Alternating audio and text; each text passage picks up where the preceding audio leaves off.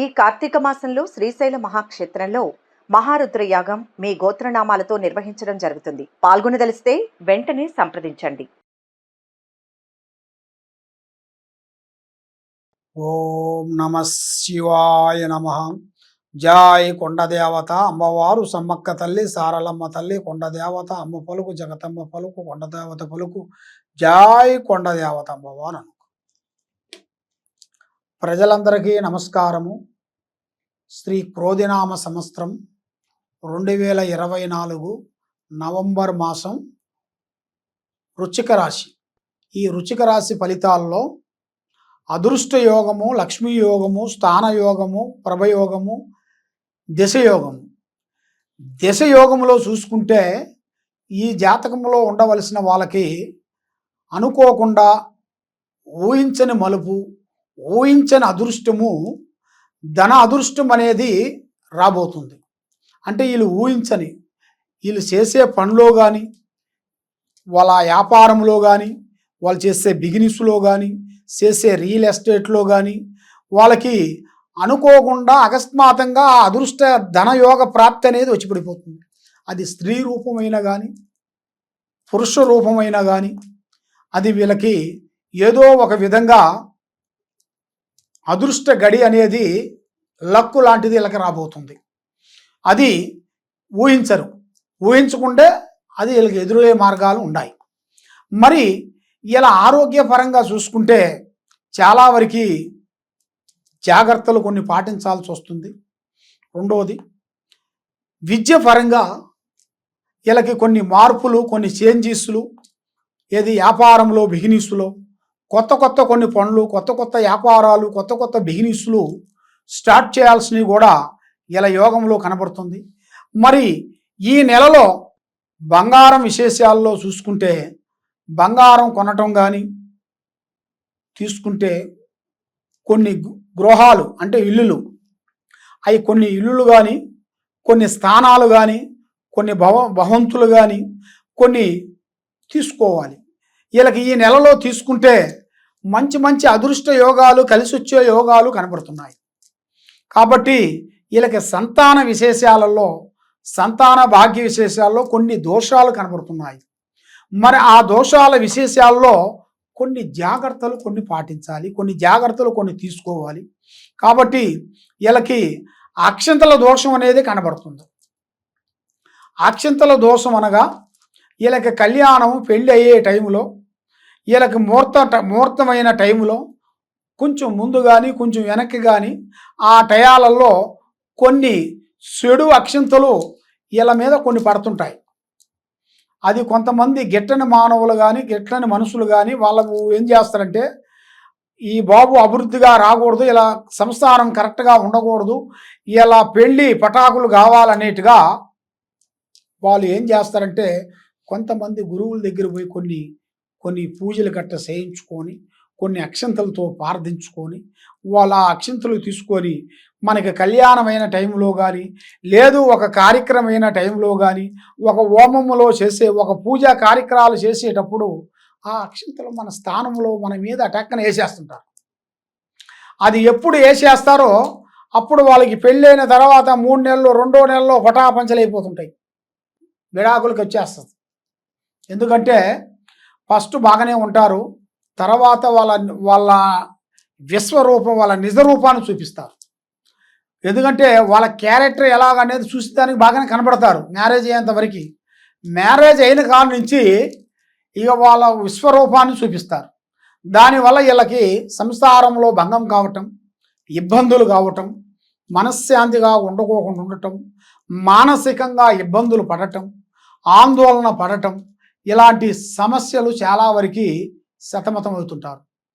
తర్వాత మెయిన్గా వీళ్ళు చేసే ఉద్యోగ విశేషాలలో కొన్ని ప్రమోషన్ మార్పులు, రాజకీయ ఫలితాలు కానీ, లేదు ఉద్యోగ పరంగా చేసే కంపెనీ పరంగా వీళ్ళకి మార్పులు చేంజ్ చేసుకొని ఎదురవుతుంటాయి. కొన్ని ఊర్ల నుంచి కొన్ని ఊర్లకి వెళ్ళాల్సి వస్తుంది, ఒక స్టేట్ నుంచి ఇంకో స్టేట్కి వెళ్ళాల్సి వస్తుంది, మన ఈ స్టేట్ కాకుండా ఇంకో స్టేట్కి వెళ్ళి అక్కడ కొన్ని రోజులు పూర్తి చేసుకోవాల్సి వస్తుంది. అలాంటి టైం అనేది వీళ్ళకి స్టార్ట్ అయ్యింది. దానివల్ల కొన్ని జాగ్రత్తలు కొన్ని తీసుకోవాలి. కాబట్టి మనం ఎక్కడ చేసినా ఏ పని చేసినా కూడా మనం చేయాల్సిన పనిలో మనలో ఉండాల్సిన నీతి నిజాయితీ మనం కరెక్ట్గా ఎప్పుడు కరెక్ట్గా ఉంటామో మనం ఏ ఊరు పోయినా ఏ పల్లె వెళ్ళినా ఎక్కడ పోయినా కూడా ఆ నిజాయితీ అనేది మనం ఎప్పుడైనా కాపాడు. కాబట్టి ముఖ్యంగా స్త్రీ విశేషాల్లో కొన్ని ఇబ్బందులు ఎదురయ్యే మార్గాలు కొన్ని కనపడుతున్నాయి. స్త్రీ విశేషాల్లో జాగ్రత్తలు తీసుకోవాలి. జాగ్రత్త తీసుకోకుండా కొన్ని అశ్రద్ధగా పాటించినట్టుగా అయితే స్త్రీ వల్ల నుంచి వీళ్ళకి కటకటాలయ్యే మార్గాలు కొన్ని ఎదురయ్యే మార్గాలు కొన్ని కనబడుతున్నాయి. కాబట్టి ఈ రాశి వాళ్ళకి ఎన్నో రోజుల నుంచి ఉన్న సమస్యలు, భార్యాభర్తల సమస్యలు, కోర్టు సమస్యలు, బిజినెస్ సమస్యలు, ఉద్యోగ సమస్యలు, ఇళ్ళు, ఫ్లాట్లు, వ్యవసాయము, ఆ విశేషాల గురించి కొంత కోర్టు సమస్యలో పడిపోయి చాలా వరకు ఇబ్బందులతో వాయిదాలు ప్రకారంగా కొన్ని వస్తుంటాయి. కాబట్టి ఎన్నో రోజుల నుంచి పడ్డ సమస్యలు ఇప్పుడు మీకు వెలుగులోకి వచ్చే మార్గాలు కొన్ని కనబడుతున్నాయి. దాని నుంచి మీకు వెలుగులో కంటే మీకు ఎన్నో రోజుల నుంచి ఉండ సమస్య, కోర్టు సమస్య ఇప్పుడు మీకు క్లీన్ అవుతుంది. అది అతి త్వరలో అతి దగ్గరలోనే ఉంది. అది కూడా మీరు ఊహించని మలుపు మీ జాతకంలో కనబడుతుంది. కాబట్టి మీరు ఎన్నో గుళ్ళకెళ్ళి ఎన్నెన్నో పూజలు చేయించుకొని ఎక్కడెక్కడో మీరు పూజా కార్యక్రమాలు చేస్తున్నారా? ఎన్ని చేసినా కూడా మీకు ఫలించుకోకుండా అయిపోతున్నాయా? మరి దానికి కారణం ఏమిటా అనేది మీరు తెలుసుకోవాలి. దానికి కొన్ని అష్టదిగ్బంధన గ్రహశక్తులు కొన్ని సంభవిస్తుంటాయి. ఆ సంభవించిన కాడి నుంచి మైండు, మనసు, వ్యాపారం, ఉద్యోగం, సంతానం ఈ సమస్యల్లో కొంచెం చాలా వరకు సతమతం అయిపోతుంటారు. ఎన్నో విధానాలుగా కష్టపడ్డ వాళ్ళు కూడా చిన్న సమస్యలో ఇరక్కబోయి దాని నుంచి చాలా వరకు ఇబ్బంది పాలవుతుంటారు వాళ్ళు. కాబట్టి అలాంటి సమస్యలో బాధపడుతున్నారా మీరు? తప్పకుండా ఈ కింద ఉండాల్సిన నెంబర్కి సంప్రదించండి. కాబట్టి మీరు 10 మందికి మంచి చేయాలనుకుంటున్నారు, 10 మందిలో ఒక మంచి పేరు రావాలని మీరు బాధపడుతున్నారు. కాబట్టి మీకు ఒకటే కావాల్సింది, 10 మందిలో ఒక మంచి పేరు అనేది మనకు రావాలి. మనకు మంచి పేరు అనేది మన గురించి ప్రజలకి, జనాలకు తెలియాలి అని చాలామంది చాలా విధానాలకు కష్టపడుతుంటారు. కొంతమంది వాళ్ళ డబ్బుతో చేస్తుంటారు, కొంతమంది వాళ్ళ తెలివితో ఎవరి దగ్గర పోయి ఎలాగ చేయాలా అనేది వాళ్ళని కనిపెట్టి ఆ విధంగా వాళ్ళకి హెల్పింగ్ చేస్తుంటారు వీళ్ళు. ఆ విధంగా వాళ్ళు హెల్పింగ్ చేసిన దానివల్ల అబ్బా ఫలాని వాడు ఫలాని హెల్ప్ చేశాడు, ఫలానా ప్రజలకి ఇలా చేశాడు, ఫలానా చదువు లేని వాళ్ళకి కొంచెం విద్యాపరంగా హెల్పింగ్ చేశారు, పేదవాళ్ళకి కొంచెం ఇలా ఇళ్ళు కానీ ఇలా విధానాలుగా ఇలా హెల్ప్ చేశాడు అన్న ఒక గుర్తింపు రావాలని చాలామంది చాలా విధానాలుగా సతమతం అయిపోయి చాలా కష్టపడుతూ ఉంటారు గుడ్ నేమ్ రావాలని.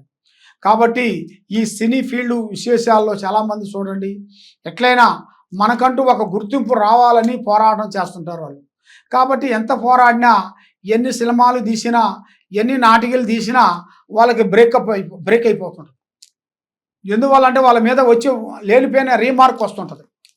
ఆ రీమార్క్ వచ్చేసి మనం చూస్తూనే ఉన్నాం కదా, ఒక అమ్మాయి వల్ల ఎంత నటుడు కూడా ఇబ్బంది అయిపోయాడు మొన్న. కాబట్టి అది ఆయన అన్ని రోజులు ఆయన ఎంతో కష్టపడ్డాడు, ఎంతో చేశాడు. కాబట్టి ఒక్క స్త్రీ వల్ల ఎలా దత్తమైపోయాడు. ఆ విధంగా కొన్ని సమస్యలు కొన్ని రాబోతున్నాయి. కొన్ని జాగ్రత్తలు మీరు తీసుకోవాలి. కొన్ని జాగ్రత్తలు మనం తీసుకుంటేనే మనకు అభివృద్ధి అనేది అవుతుంది. కాబట్టి మనకి ఎంత తెలిసినా కూడా ఎదుటివాడి డైరెక్షన్ తీసుకోవాలి.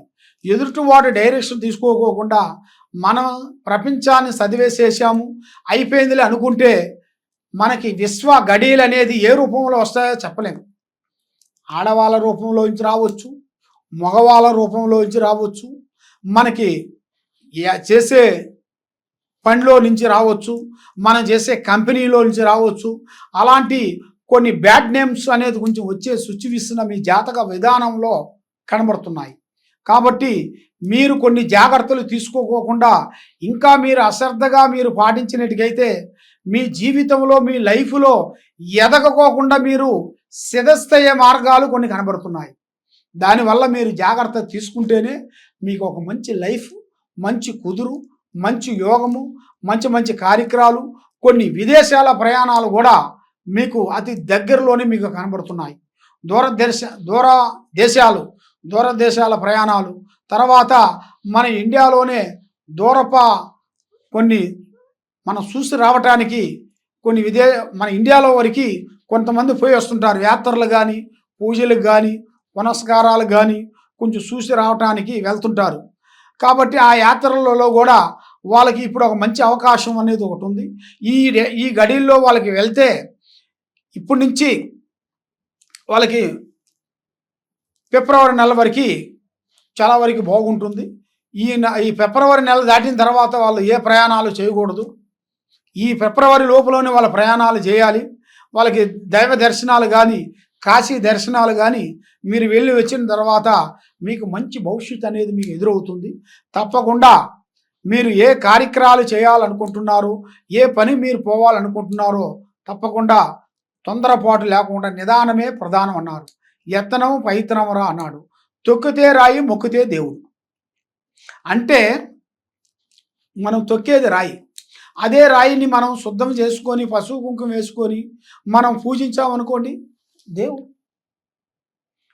కాబట్టి పెద్దవాళ్ళు చెబుతారు, ఏ పనైనా సరే భగవంతుడు అనుగ్రహం లేనిది ఏదీ కాదు. ఆ అనుగ్రహం అనేది మనకు ఉంటేనే ఏదైనా అవుతుంది. ఆ అనుగ్రహం అనేది మనకు ఉండాలంటే ఆ శివయ్య దయ వల్ల మీరు ఏ కార్యక్రమం చేసినా కూడా శివ అనుగ్రహం అనేది చాలా గొప్పది. శివుడు ఆజ్ఞ లేని సేమైనా కొట్టదంటారు. కాబట్టి మీరు పూజించాల్సిన భగవంతుడు దేవుడు అనేది శివయ్యని మీరు తప్పకుండా ఆ శివయ్యని మీరు పూజించాలి. ఆ శివయ్య పారార్థన చేసుకోవాలి. మీరు పొద్దున్న లేచిన తర్వాత ఆ శివాలయం మనకు దగ్గరలో ఏ గ్రామము కానీ మన ఇండియాలో మన భారతదేశం మొత్తట ఏ ఊరుకు పోయినా శివాలయం అనేది ఉంటుంది. రామాలయం ఎలా ఉంటుందో శివాలయం అలాగే ఉంటుంది. కాబట్టి ఆ శివాలయానికి మీరు పొద్దున తలస్నానం చేసి మీరు వేయాల్సింది ఎర్రటి వస్త్రములు ధరించాలి. ఎర్రటి వస్త్రములు, ఎరుపు అంటే మొత్తం మ్యాచింగ్ ఎరుపు అనేది ఉండకూడదు. ఒక్క ఎరుపు అనేది వేసుకోవాలి. మీరు మొత్తానికి ఎరుపు ఏమి లేకోకుండా ఉండదనుకోండి, ఇలాంటిది ఎరుపు అనేది ఒక శాలవ మీరు పైన వేసుకోవాలి. ఎందుకంటే మీరు ఆ గుడికి వెళ్ళేటప్పుడు పైన మీకు కండం అనేది ఉండాలి. అది చాలా మంచిది. ఎందువల్ల అంటే సంప్రదాయకం అది. మనం దేవుడి దగ్గర పోయేటప్పుడు స్టైల్గా వెళ్ళకూడదు కదా. మనకు ఒక గుడికి వెళ్ళేటప్పుడు మనకి పంచి ఉండాలి, కండం ఉండాలి. అది మనకి పెద్దవాళ్ళు, మనకి గురువులు, ఆది గురువులు, మనకు గురువులు చెప్పిన మాటలు మనం పాటించి వాళ్ళ మాట, పెద్దవాళ్ళు చెప్పిన మాట మనం సద్దిమూట అనేట్టుగా గురువులు, ఋషులు మనకి నేర్పించిన విద్యలు మనకి ఏ విధంగా చెప్పారో, వాళ్ళు ఏ ఆకు తినాలి, ఏ చెట్టు క్రియలు ఉన్నాయి, ఏ పూజ చేయాలి, ఏ భజన చేయాలి, ఏ హోమాలు చేయాలి అని మనకి ఎన్ని చెప్పారో గురువులు, అవి మనం పాటించుకుంటూ వస్తున్నాం. కాబట్టి మనం అవి పాటించుకోకుండా మనం పోతే మన జీవితానికే ఒక అర్థం అనేది ఉండదు. అవి మనం కంపల్సరీ మనం చేయాలి. గురువు లేని విద్య గుడ్డి విద్య. కాబట్టి ఆ గురువులు మనకు చెప్పిన దాన్ని మనం తప్పకుండా మనం పాటించి అదే విధంగా మనం చేసినట్టుగా అయితే తప్పకుండా మనకి మంచి యోగం అనేది వస్తుంది. కాబట్టి మీరు పూజించాల్సింది ఆ శివయ్యని పూజించినట్టుకైతే మీకు అష్ట కష్ట దరిద్ర దోష నివారణ తొలగిపోతుంది. ఆరోగ్యాలు బాగుంటాయి, మనశ్శాంతి ఉంటుంది, లక్ష్మి నిలబడుతుంది. మీరు ఏ కార్యక్రమాలు మీరు మొదలు పెట్టాలనుకుంటున్నారో ఆ శివయ్య అనుగ్రహాన్ని మీరు తీసుకొని వెళ్ళండి. తప్పకుండా మీరు అభివృద్ధిగా పొందుతారు. మీరు ఎక్కడెక్కడో మీరు జ్యోతిష్యాలు చెప్పించుకొని నిరాశ చెంది ఉన్నారు కాబట్టి తప్పకుండా ఈ కింద ఉండాల్సిన జ్యోతిష్యానికి మీరు ఫోన్ చేసినట్టుగైతే మీకు ఎలాంటి డౌట్ కానీ, ఎలాంటి సందేహాలు కానీ, ఎలాంటి ఇబ్బందులు ఉన్నా కూడా మీకు జాతక చక్రం వేసి మేము చూసి మీకు ఏ ప్రాబ్లం ఉన్నా కూడా మేము చూసి మీకు చెప్పగలుగుతాం. సర్వో జనా సుఖినో భవంతు. ఓం నమ శివాయ నమః.